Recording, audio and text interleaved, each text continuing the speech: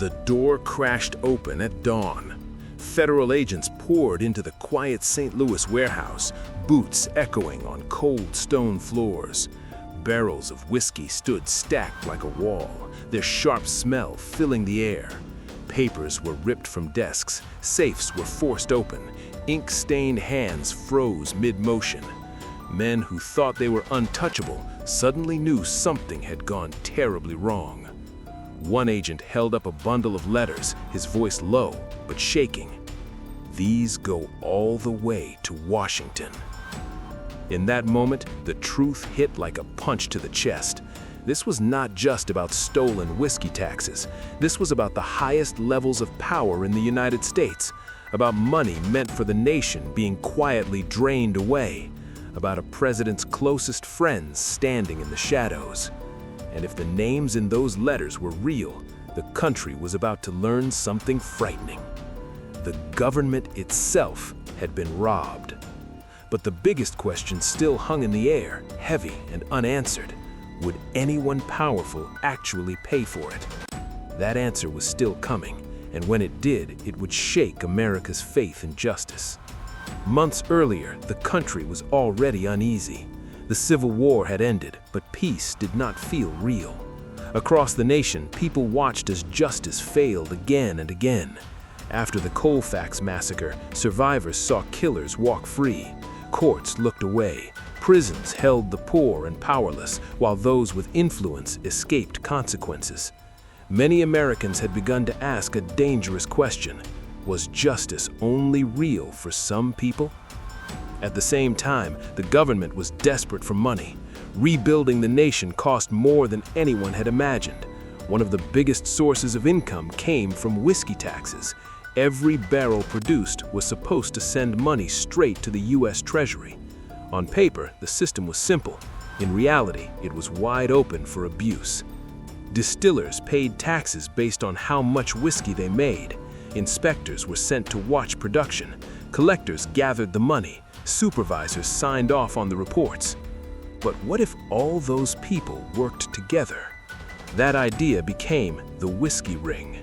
The plan was clever and cruel. Distillers made far more whiskey than they reported. Inspectors looked the other way. Tax collectors lied. The missing money was split among the group. Millions of dollars that should have helped the country disappeared into private pockets. For years, it worked perfectly. The ring spread across states like Missouri, Illinois, and Wisconsin. Honest workers were pushed aside. Whistleblowers were threatened. Anyone who asked questions was silenced with money or fear. At the center of it all was St. Louis, a booming whiskey hub where corruption flowed as freely as alcohol. And watching over the entire system was the federal government itself. President Ulysses S. Grant was a war hero. Many trusted him, but he believed deeply in loyalty. He stood by his friends no matter what. That loyalty would soon be tested in ways no one expected. Because one of the names whispered inside the whiskey ring was dangerously close to the president. Very close. Benjamin Bristow, the Secretary of the Treasury, was different from the others. He believed the money mattered. He believed corruption was killing the country from the inside. And unlike many before him, he decided to act quietly. He ordered secret investigations. He sent agents undercover. He followed money trails no one had dared to follow. Each report made his stomach sink lower. The theft was massive. Not thousands, not hundreds of thousands, millions. And the trail kept leading upward. When Bristow finally gave the order to strike, he knew there was no turning back. If he was right, this would expose one of the largest corruption scandals in American history. If he was wrong, his career would be over. The raids began in May 1875. Warehouses were seized, distilleries shut down, officials were arrested in chains. Newspapers exploded with headlines. The public watched in disbelief as respected men were named as criminals. Then came the name that made the nation hold its breath: Orville E. Babcock. He was President Grant's private secretary, a man who worked beside the president every day. a man Grant trusted completely. Letters showed coded messages, money trails pointed straight at him. The evidence suggested he had helped protect the ring. America froze. If Babcock was guilty, what did that say about the president?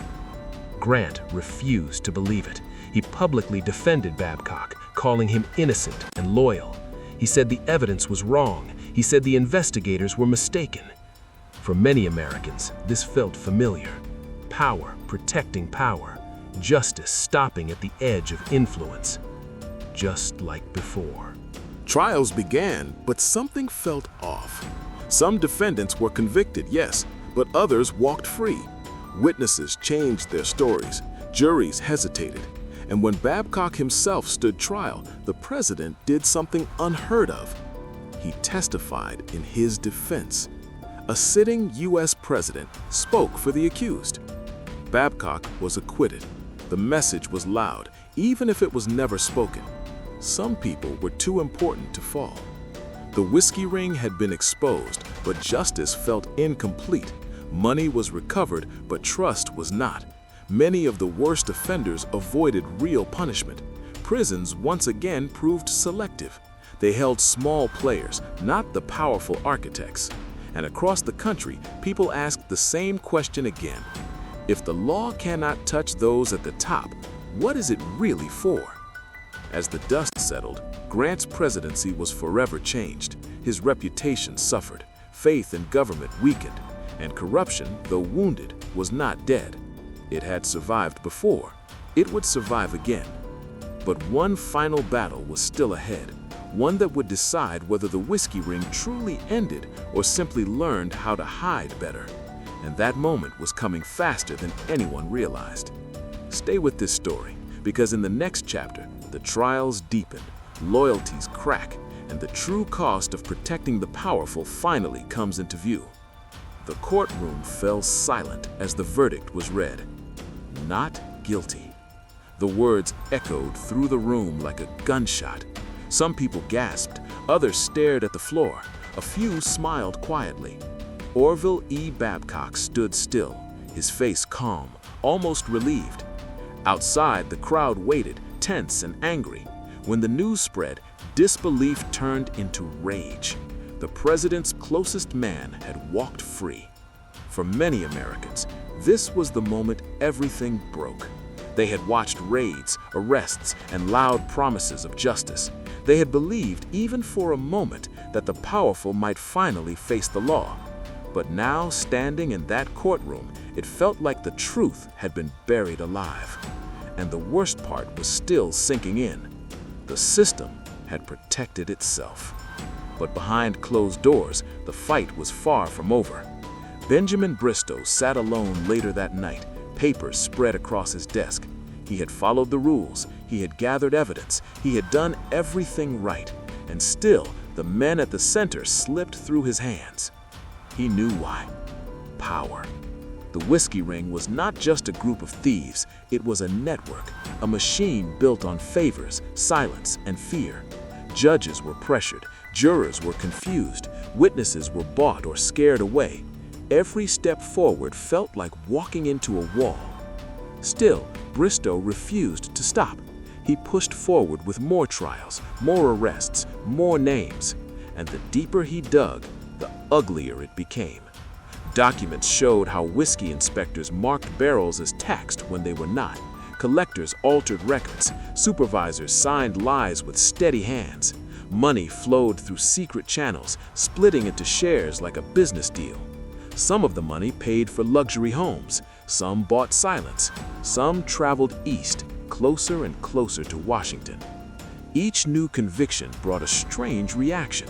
Applause from the public and quiet resistance from inside the government. President Grant began to pull away from Bristow. Their meetings grew cold. Their words became careful. Loyalty mattered more to Grant than public anger, and Bristow's crusade felt like a threat. Soon, whispers began.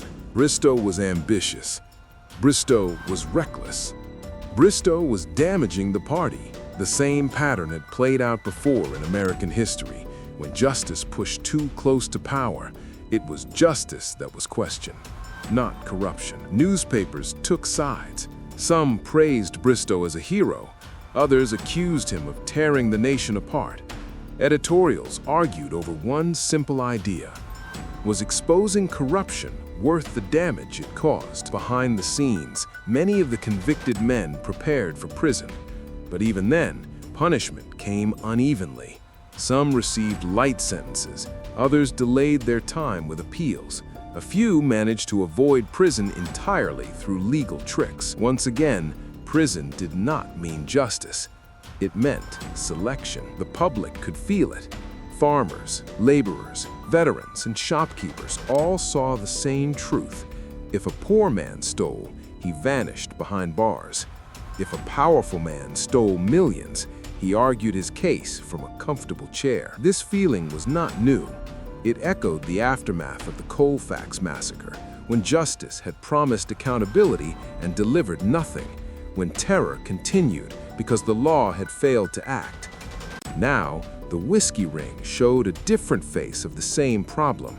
Not violence in the streets, but theft in plain sight, and protection at the top. As 1876 approached, the scandal refused to fade. Trials dragged on, names kept surfacing, confidence in the government sank lower. President Grant's final year in office was marked by suspicion and exhaustion. Then came the quiet decision that changed everything. Benjamin Bristow was removed. Officially, it was a routine shift. Unofficially, everyone understood.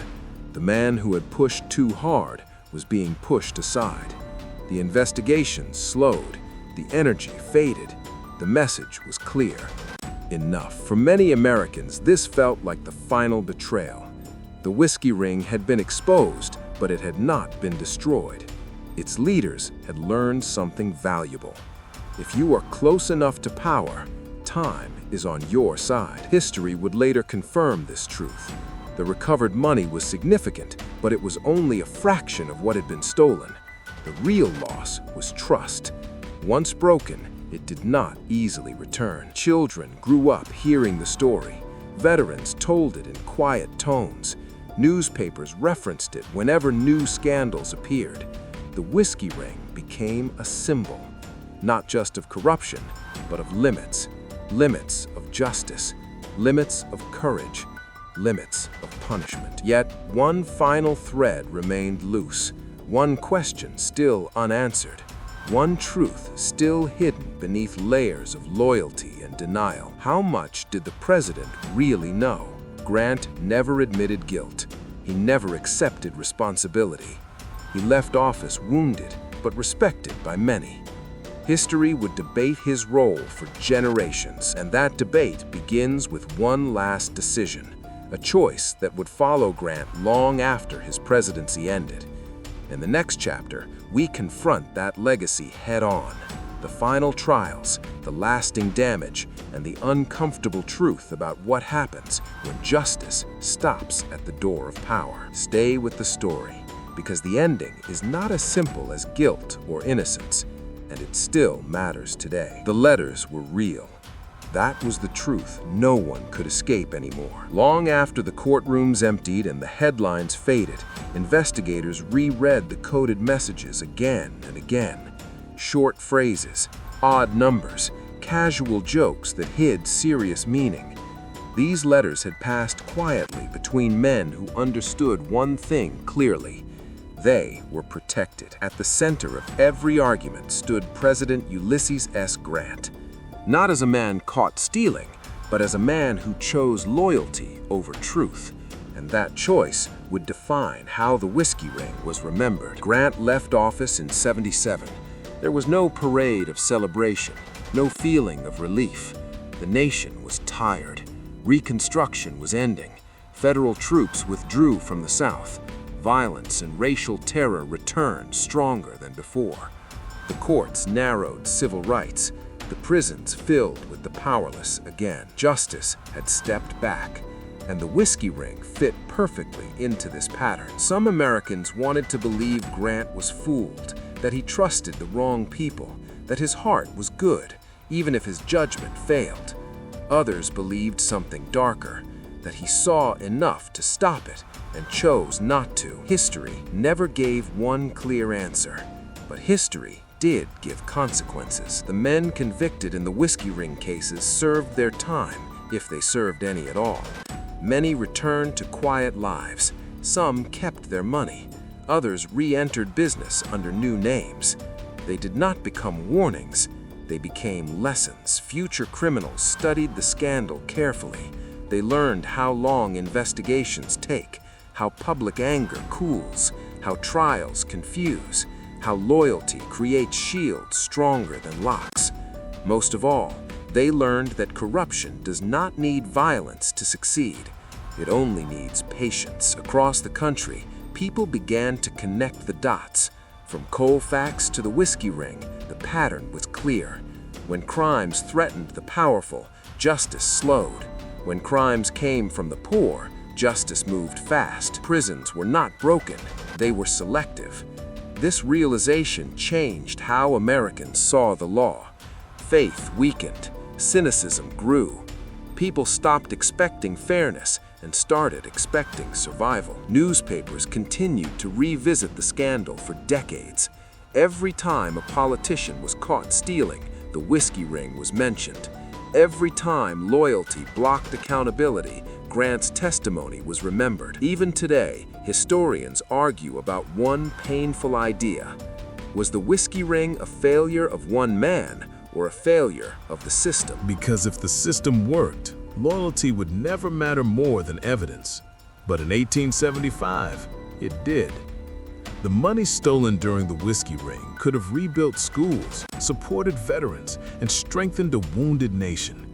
Instead, it flowed into private hands, leaving behind something far worse than financial loss. It left doubt, and doubt spreads quietly.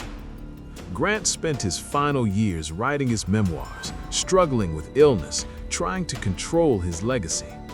He spoke proudly of the Civil War. He defended his friends. He rarely returned to the whiskey ring.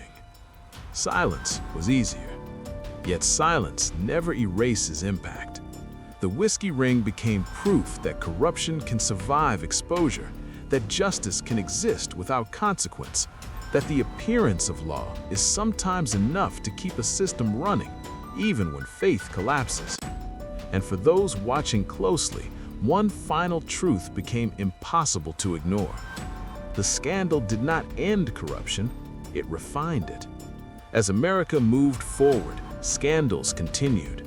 Different names, different crimes, same pattern. Investigations, outrage, partial justice, quiet endings.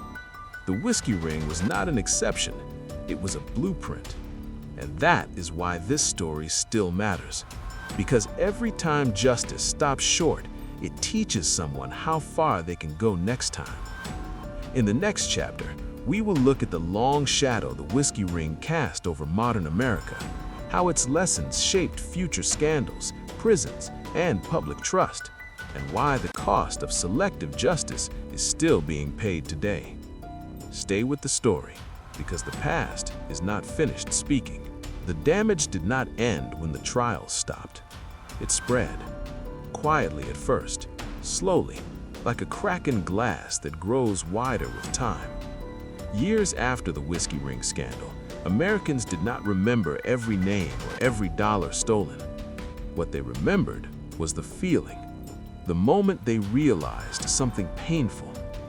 The law could see corruption, the law could prove corruption, but the law could still choose not to punish it fully. That lesson changed everything.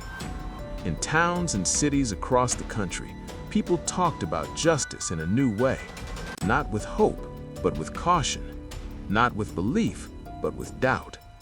Parents warned their children that honesty mattered, but power mattered more.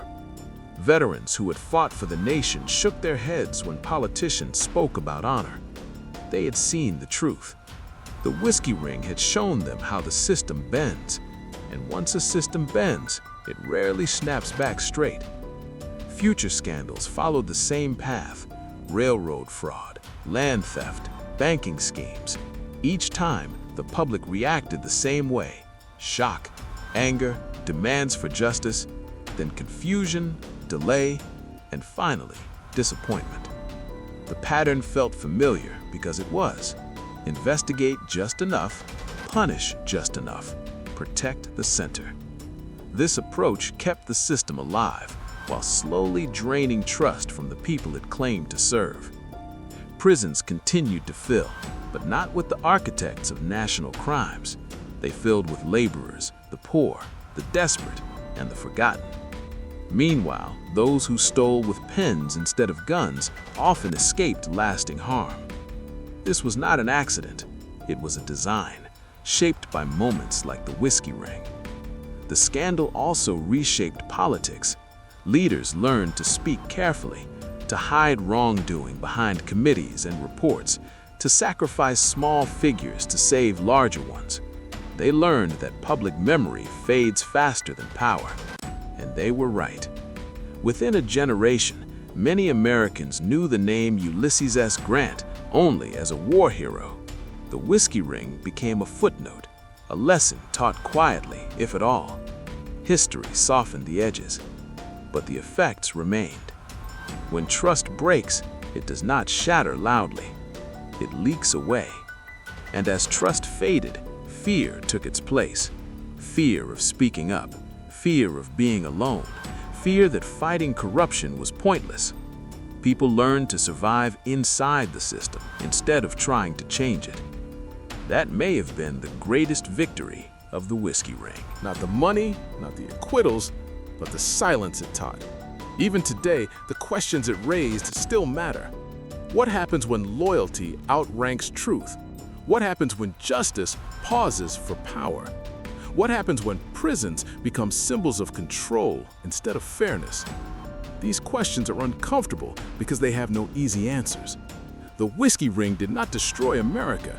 It revealed it. It showed a nation still struggling to decide whether justice belongs to everyone or only to those without protection. It showed how corruption survives not through secrecy alone, but through acceptance. And that is where the real danger lives. Not in the crime, but in the shrug that follows. As this story ends, remember this: the whiskey ring was not just a scandal from 1875, it was a warning, one that echoes every time power escapes consequence and calls it stability.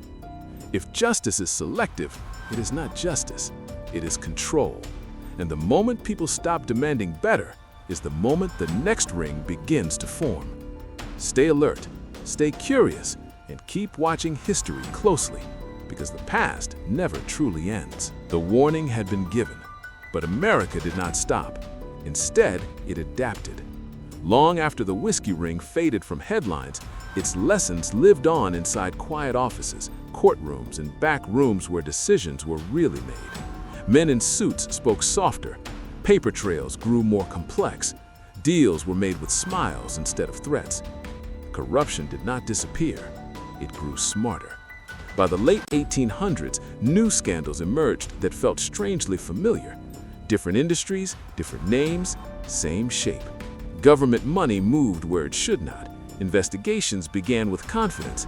Then came delays, compromises, carefully chosen sacrifices. The public noticed the rhythm. Outrage burned hot, then cooled, and power stayed where it was. The whiskey ring had taught officials something critical. You did not need to be innocent to survive. You only needed time, allies, and a system willing to look away once the noise faded. This knowledge passed quietly from one generation to the next. So did the cost. Working people paid higher taxes, services stayed weak, veterans struggled, communities fractured, and prisons continued to grow, not as places of fairness, but as tools of order aimed downward, never upward. The message was never written into law, but everyone understood it. Justice has boundaries, and those boundaries protect the powerful. As the 20th century approached, reformers tried to fight back. Journalists exposed lies, activists demanded change, laws were rewritten, new agencies were formed. For a while, hope returned, but every reform ran into the same invisible wall. Who enforces the enforcers? The whiskey ring remained the answer. even when it was not named. It whispered from the past, "Be careful how far you go." Some listened, some pushed anyway, and some paid the price. Whistleblowers lost careers, reformers were pushed out, investigations stalled just before reaching the top. Each time, the public felt it. That old, heavy feeling returned, the one that said justice was close, but not close enough. By now, the pattern was clear. America did not lack laws, it lacked courage, and courage is dangerous to power. That is why the whiskey ring still matters today, not because of whiskey, not because of Grant, but because it showed how a nation can expose the truth and still fail to act on it fully. It showed how easily justice can be slowed without ever being stopped. And slowing justice is often enough. As this chapter closes, one final question remains hanging, unanswered and uncomfortable. If a system repeatedly protects itself at the cost of fairness, what happens when people stop believing in it altogether? That answer is not in the past, it is still unfolding. And the next chapter will take us there, into the long-term consequences of selective justice, and the moment when silence finally becomes something far more dangerous than corruption itself. Stay with the story, because the ending has not arrived yet.